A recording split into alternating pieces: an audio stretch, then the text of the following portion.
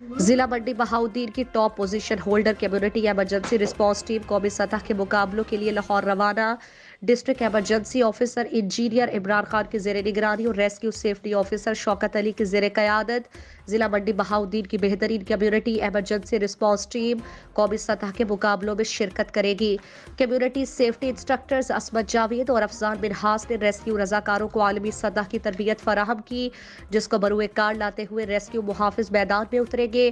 ان مقابلوں کا مقصد یونین کونسل کی سطح پر بہترین ٹیمیں تیار کرنا ہے جو کہ حادثات اور صالحات میں اپنی مدد آپ کے تحت ریسکیو کے شانہ بشانہ کام کر سکے۔